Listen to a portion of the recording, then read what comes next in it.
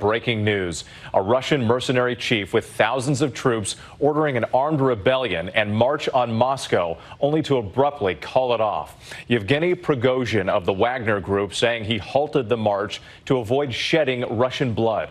An extraordinary day of events and chaos. This dramatic video circulating online showing a Russian helicopter narrowly avoiding a missile strike. Black smoke filling the air after a massive explosion at a Russian oil depot. And stunning images of a convoy of tanks and military vehicles making their way toward Moscow.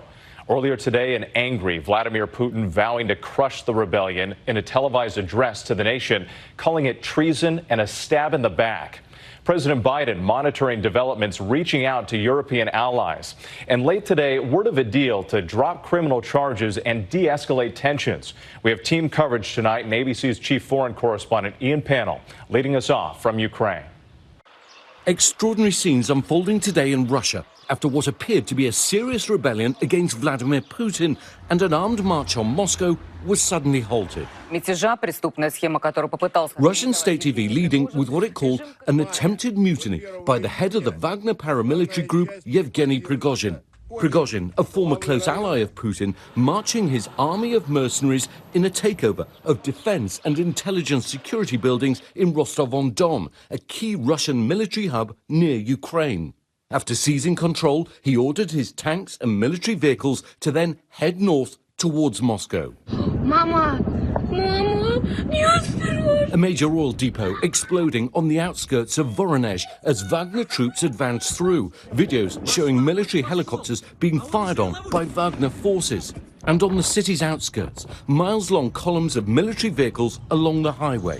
Videos obtained by Reuters appearing to show impromptu roadblocks in the Voronezh and Lipetsk regions to slow the rebel advance towards Moscow. За наш суверенитет и независимость. An angry Vladimir Putin addressing the Russian people today, saying he'd been stabbed in the back, warning of civil war, but not mentioning Prigozhin by name. The FSB intelligence agency opening a criminal case against him. And Prigozhin's advance triggering panic in Russia.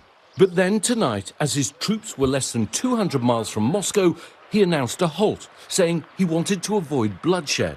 The Kremlin claiming Prigozhin's change of heart was negotiated by Putin's ally, Belarus President Alexander Lukashenko. Then, criminal charges against Prigozhin abruptly dropped. It's the first time that Putin's control in decades has been challenged.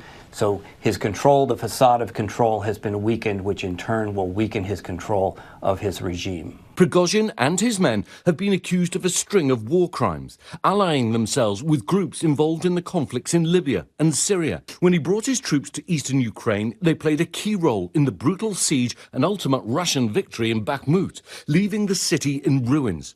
Recruiting thousands of convicts from Russian prisons to fight. Today, Ukrainian troops appearing to try to seize on the disarray, pressing occupying Russian forces in the south and east of the country. President Zelensky's spokesman, Mikhailo Podolak, sitting down to discuss the dramatic events in Russia. Given what we've seen happening in Russia, do you believe we're now at the beginning of the end of the war in Ukraine? Podolyak telling me, without a doubt, it's the beginning of the end. But the problem is this end can last for quite some time. Tonight, Wagner fighters seemed celebrating as they pulled out of Rostov. Prigozhin cheered like a conquering hero.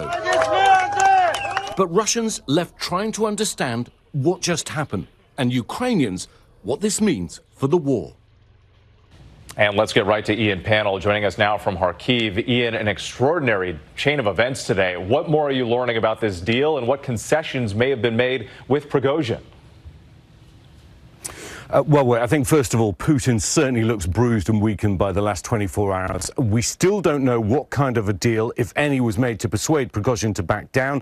But it certainly exposed the Russian president as vulnerable and his forces as largely incapable of protecting their own backyard. Tonight, Prigozhin is going into exile in neighbouring Belarus with an amnesty for him and his men. It remains to be seen if that will be honoured. But we likely haven't heard the last of him. Whit? All right, Ian, thank you. Hi, everyone. George Stephanopoulos here. Thanks for checking out the ABC News YouTube channel. If you'd like to get more videos, show highlights, and watch live event coverage, click on the right over here to subscribe to our channel. And don't forget to download the ABC News app for breaking news alerts. Thanks for watching.